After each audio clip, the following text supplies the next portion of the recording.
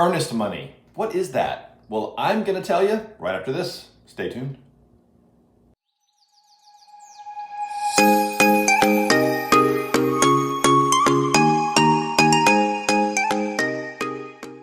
Hey everyone, I'm William Corbett with Port City Living at eXp Realty, a real estate agent serving the Greater Wilmington, North Carolina area.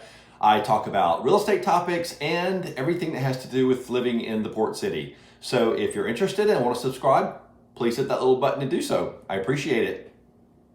Okay, listen up all you first-time home buyers, or if you bought a house before but it's been a while and you can't really remember what earnest money is all about, this is for you as well. So earnest money is like a promise to pay, or a good faith deposit, or it shows that you've got teeth in the game, that you're in it to win it. So how much earnest money do you write when you're making an offer on a house or when you get a contract? Well, that can vary. You and your agent can discuss that. My rule of thumb is 1% of the contract price or the offer price. So for example, if you're buying a $200,000 home, 1% of that would be $2,000. Now again, that can vary. It could be more, it could be less. It just depends on the situation and the market that you're in, wherever you are. Okay, so when you make an offer and you write that check for earnest money, you're gonna have a period of time called due diligence, your due diligence period. And that's a certain number of days that you and your, well, it's actually probably you and your agent and maybe your lender all need to get together and figure out what that time frame would be. My rule of thumb is about 22 to 25 days. But during that period of time, and also, by the way, that's a whole other topic, due diligence, and I did a video, so you can look at that right here and get more information about that. But during that due diligence period, you're going to do all your investigation, all your inspections on this property. You're going to do a home inspection. You may want to do a pest inspection. You may want to do a septic inspection if the property has a septic tank. You might want to figure out your drive time from where you work to where this house is. You might want to check out the neighborhood as far as grocery stores, drugstores. If the property has an HOA, you want to dive into that and make sure you understand how the HOA works and what can and can't do on the property. Here's where three big contingencies come into play, okay? Very important. Your home inspection contingency, of course, your appraisal contingency, and your financing contingency. So during this due diligence period, you want to make sure that the home has been inspected every way that you want and that you're good to go and you're happy with it and you're okay with the condition of the home. And your financing contingency is getting with your lender and making sure that they have all the documentation that they need and they are telling you that you're A-okay, you're good to close, you're approved. That's awesome.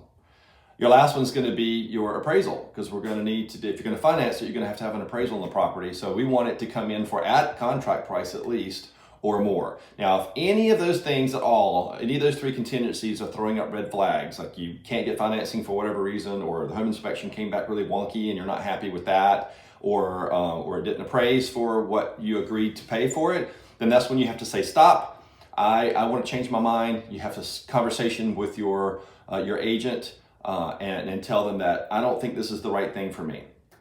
So what happens then? Well, remember that due diligence date I told you about? Your good agent is going to monitor that date and they're going to make sure that you don't go past that, because if you pull out prior to that date, then you'll get that earnest money back. That will come right back to you with no problem.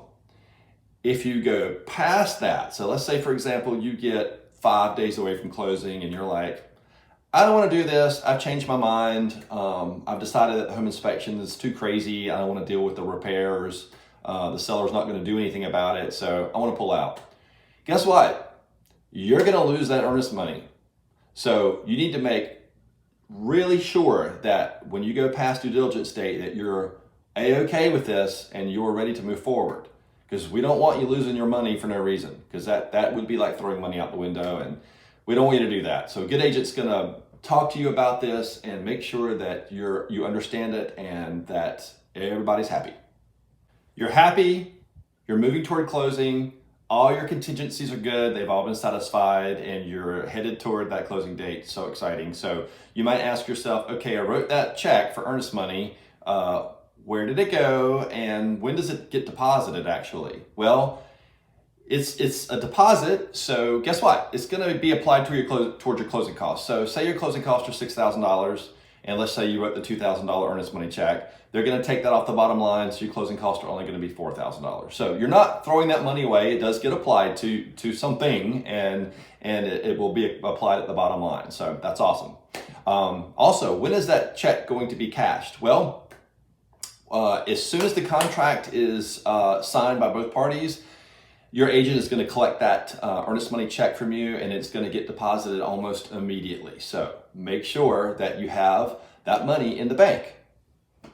Okay, so that's what earnest money is all about. I hope you enjoyed this video. It's very simple. Earnest money is a promise to pay. It can come back to you. You don't lose it. But the key part of this is to always remember is to pull out of the contract before due diligence. So if your agent is good, they're going to monitor that for you, and they're going to make sure that's not going to happen. So you're not throwing that money away and it's never coming back to you. If you have more questions or you feel like you need to dive in a little deeper, hit me below. I am always here to answer any questions or discuss this with you. And consider subscribing to my channel. I bring tips about real estate to you like this and what it's like to live in the Port City, Greater Wilmington area. Until next time, take care of yourself and everybody around you. And if somebody doesn't have a smile, please give them yours.